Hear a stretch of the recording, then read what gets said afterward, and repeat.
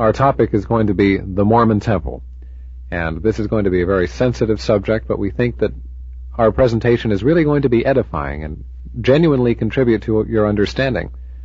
Today our guests are Chuck and Dolly Sackett. And Chuck and Dolly, we really appreciate you taking the time to be with us today. Thank you, Paul. We're very happy to be here. All right. Well, first of all, we need to consider a few questions for the benefit of the audience. Now, the Mormons consider the temple to be the most sacred thing in their religion, by and large, the temple itself and also what goes on inside and other related things. And this is generally the attitude even of the ones who have not been through themselves, because this is how they've been taught to regard it. And most of them are highly offended by the mention of what goes on inside or any kind of critical comment made about the temple. Yeah, Paul, it's a conditioned reaction. From the time you join the Mormon Church, you're taught that the temple is sacred, not secret. Mormons all approach the temple as if it were something very sacred and very secret, and the ultimate experience in Mormonism. Which really is why it is appropriate to discuss this subject. Well, Paul, actually, Latter-day Saints always like to set up their own set of special rules, and they seem to normally be lopsided to their advantage, and I think this is a typical case. They make a great point that they never attack or tear down anyone else's religion, when actually they're attacking and tearing down everyone's religion, declaring that they are the only true church, and actually that all other churches are of Satan. So while they're ridiculing the Christian God and Christian doctrines, they want to declare their most abominable and heretical teachings off limits.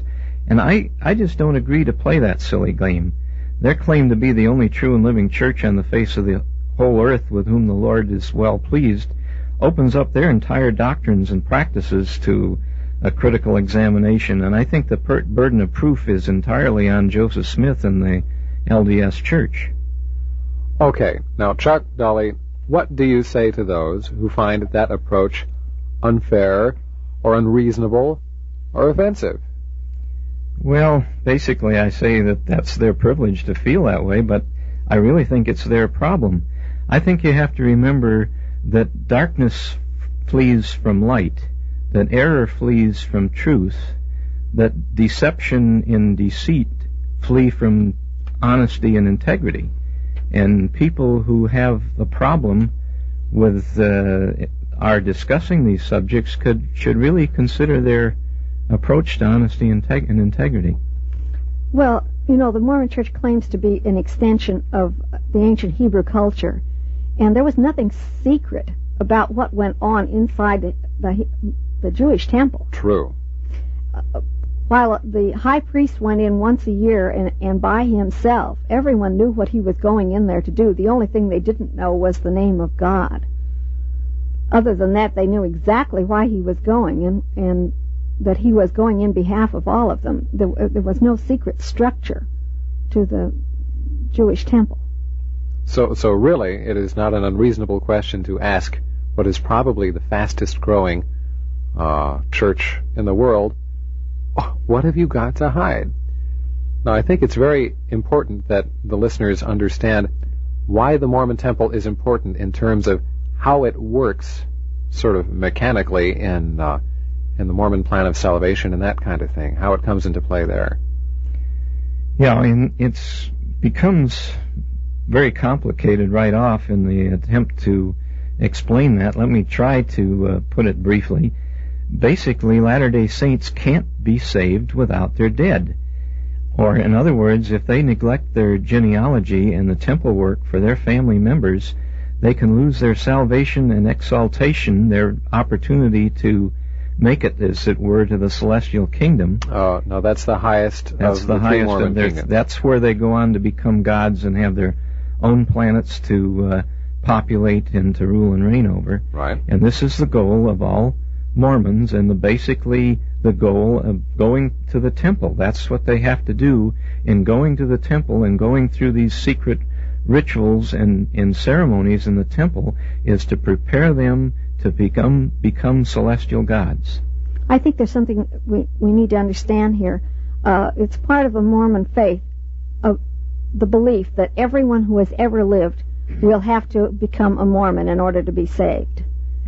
And Mormons go to the temple one time for themselves to receive these magic signs and tokens and special underwear. Their endowments. Their endowments. And then every other time that they go, it's for and in behalf of someone else who is dead. So when we say there are dead works, we're really speaking the truth. So these temples are working day and night where living people are going through for and in behalf of people who are dead. Thousands and thousands and thousands of ceremonies repeated over and over and over again for dead people. And, to say, to it's see really millions and millions and millions. That's true. Millions annually. And to see that the Mormon Church is spending millions upon millions of dollars to build temples to do work for dead people when live people are starving to death, dropping off like flies by the millions and millions. I think that says something very telling about the Mormon religion. In Deuteronomy, in one place, it prohibits giving any of the tithes to the dead, which is really interesting because a great portion of Mormon tithe money goes to the building and to the running of these temples. The Mormon Church brings in daily something between $4 and $5 million, and a great portion of that goes into the temples. Well, I think there's another aspect that we should consider while we're talking about the basics. The Mormon missionaries who come to your door expect you to give up your church and your Jesus before you accept their beautiful package of entirely different Mormon beliefs and teachings. And they do this without ever divulging the basic essentials for obtaining these promised blessings that they're telling you about, which you can only learn by going to the temple. And, this is really very deceptive. The Reader's Digest or Mr. Kruger's Christmas don't either one tell you what you're really getting into, and yet they have both been very successful missionary efforts, as were Donnie and Marie. Mr. Kruger's Christmas brought somewhere in the neighborhood of 75,000 responses last year. This year they have deleted the tag that talks about Mormon missionary work, but you still send your name in and you are placed on a list to be contacted by Mormon missionaries. I should explain very quickly that Mr. Kruger's Christmas is a television special featuring Jimmy Stewart, an old man whose dream of conducting the Mormon Tabernacle Choir is fulfilled at the end of the program. Well, it's also a public service program. Oh, yes.